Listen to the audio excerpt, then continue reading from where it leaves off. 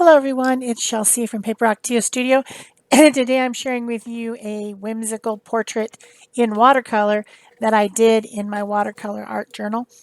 This journal is from Arteza, and it comes as a set of two little journals, and I'm using another product that I haven't used in a long time that I have in my drawer.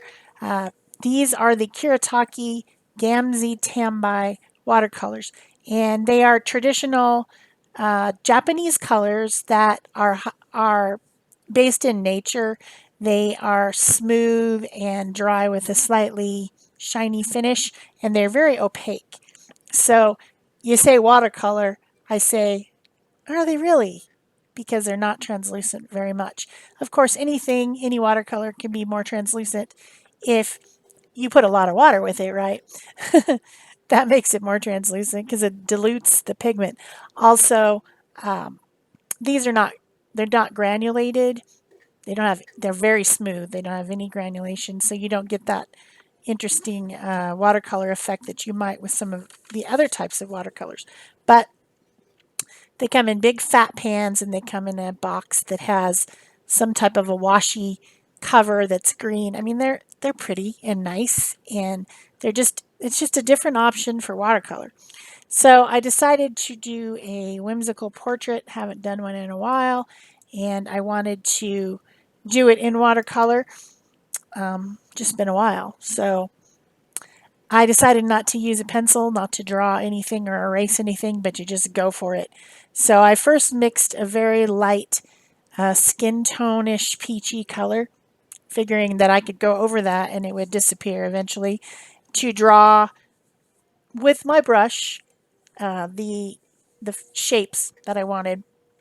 I mixed the white, the kind of sienna color, and a little bit of the magenta color.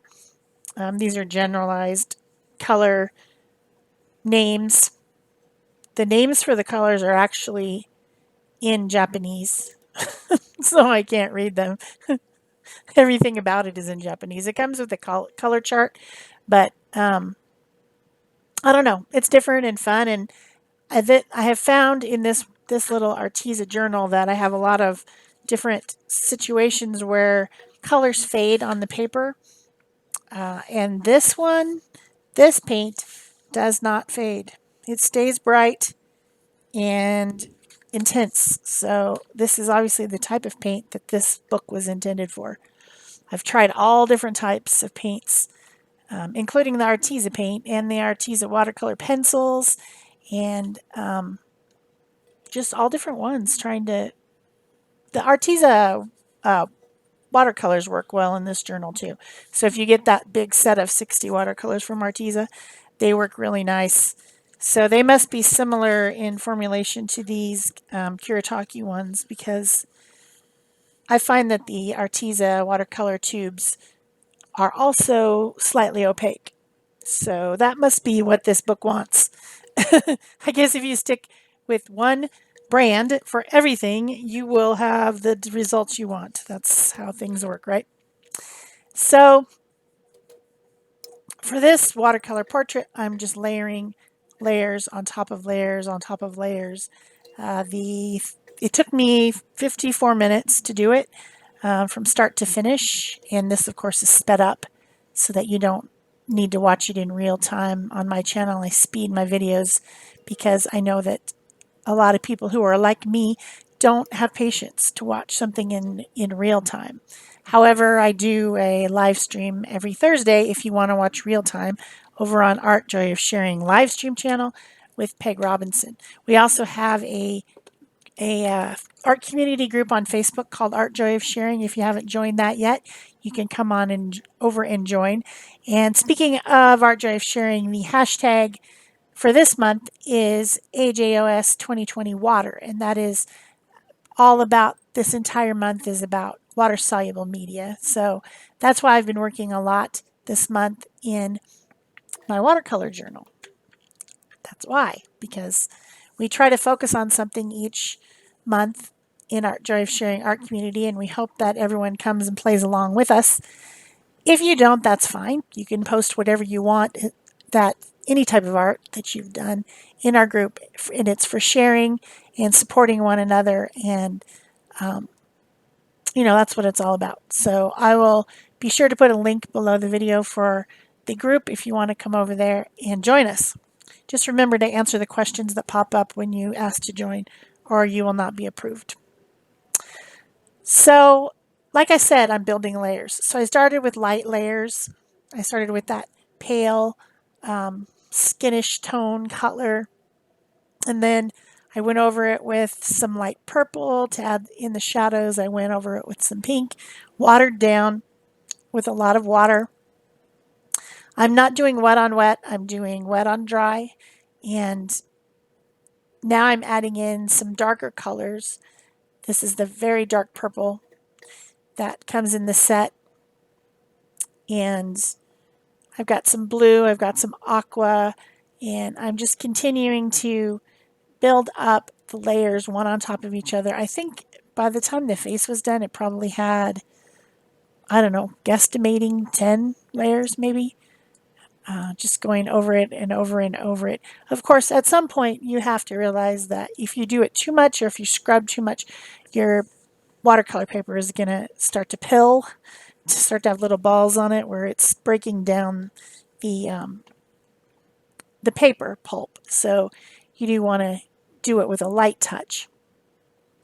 The brushes I'm using today are Princeton watercolor brushes, and I'll put a link below the video for the Princeton watercolor brushes. I have the number 10 and the number 2, and then this one is my big brush is a Uric brush that I use for when I'm using a lot of water, or when I was blending out some of those lines in the hair. I just used water and that larger brush to do that.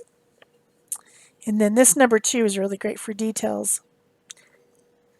You can also write with it if you wanted to add some words.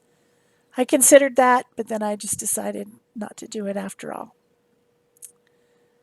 So I'm using purple and blue colors for the shadows, and then using more warm pinky colors for the cheeks and the lips and the skin and everything.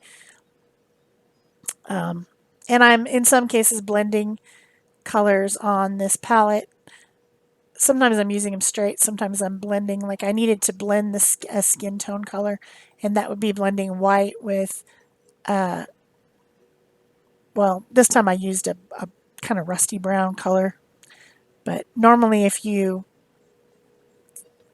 mix like an ochre and a white and a pink, you'll get a skin tone for a Caucasian person. And then depending on how much of the pigment you would put in, you get different tones.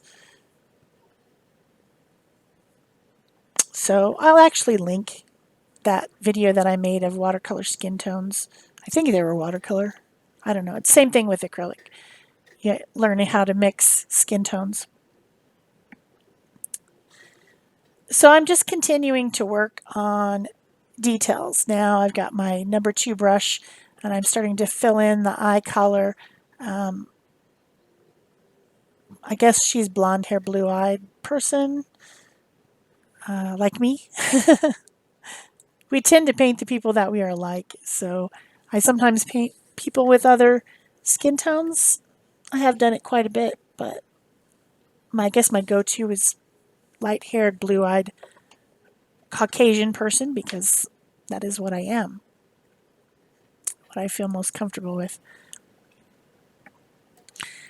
The eyes, I put in some light color blue, I put in some dark blue, I add in some aqua eventually, and a little bit of the black to make a pupil, but that comes towards the end. Now I'm starting to warm up the skin again with some more magenta color, and blending that out with water, and then adding in some more mixed lighter skin color to bring the highlights back and to blend that out. This paint does blend very well and doesn't leave edges. When I was working with the Magicals a couple days ago, that that paint definitely wants to leave an edge. It soaks into the paper really quickly and it leaves harsh edges if you don't immediately blend with water. So different paints do different things, and you just have to keep trying until you find something that you like. And that's the reason that during this month of watercolor and fluid media, I'm using all different types of products, just digging out the stuff in the bottom of the drawer that I haven't used in a while. I don't know why I have it. You just switch over and do different things as you go, and unless it's something that you're just really in love with, like I really love Neocolor 2 water soluble crayons, and I just continue to use those even though like recently I took a class to use the scribble sticks. They're very different, and you know, I'm still in love with the Neocolor 2. So sometimes you find something that you absolutely cannot live without and have to use all the time, and then when that happens, some of your stuff that you used to use gets put in the drawer and you don't see it for a while. So I'm really trying to pull everything out that, well, not everything, but a lot of the stuff out that I haven't used in a while. So I added some white into the highlights. I do like the fact that this watercolor set has an opaque white in it, because that's like acrylics, and I like to be able to add my highlights at the end. So that always makes me happy to have a watercolor set that has an opaque white. I know you've heard this from me before. The Arteza set has an opaque white. It's just kind of different and fun to be able to use it like an acrylic. But if you're a watercolor purist, you don't want that. You want everything to be super translucent. So yeah, I don't know. I'm still learning. I'm still playing, and that's what this is all about. That's what this channel is about, playing with art and learning. So I hope you've enjoyed this video. If you have, please remember to give it a thumbs up. Leave me a comment or question below. Subscribe if you haven't already. Turn on your notification bells. Pin this on Pinterest. Share it on Facebook. All those things help my channel grow by helping other people who might be interested in my content find me. So I always am very grateful when you guys do that for me. And I always try to answer your questions and comments within 24 hours. Unless something happens and maybe it might be 48 hours, but usually it's 24. I like to interact with the community. I like to talk to everyone. So that's how my channel works. I put a little heart on her cheek. I think it's kind of cute to have like a heart-shaped birthmarky looking thing on a cheek. I just enjoy that. So I don't know why. And adding back in some darks again, blending, back and forth, adding layers. That's how I do whimsical portraits. So that's it for me for today. And thanks for watching. Bye-bye.